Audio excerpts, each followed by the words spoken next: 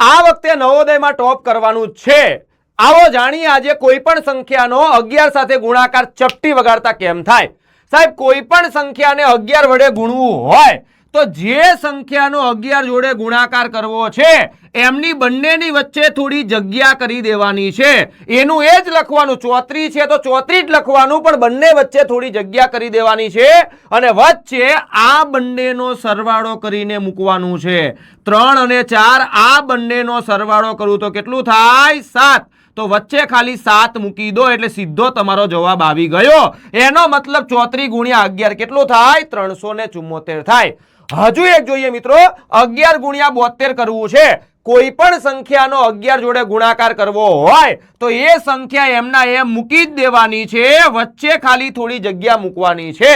વચ્ચે શું મૂકવાનું સાહેબ? તો આ જે સંખ્યા હોય એ સંખ્યાના અંકોનો સરવાળો કરીને મૂકવાનું છે। તો 7 અને 2 નો સરવાળો 9 થાય, વચ્ચે 9 મૂકી દો એટલે 792 આપણો જવાબ થાય। એટલે કે 72 ગુણ્યા 11 કેટલું થાય? 792। જો તમને આ ટ્રીકમાં ખબર પડી હોય તો અહીંયા 2 પ્રશ્નો આપું છું, એનો જવાબ જાતે ગણી અને કમેન્ટ બોક્સમાં કમેન્ટ કરવાનો છે।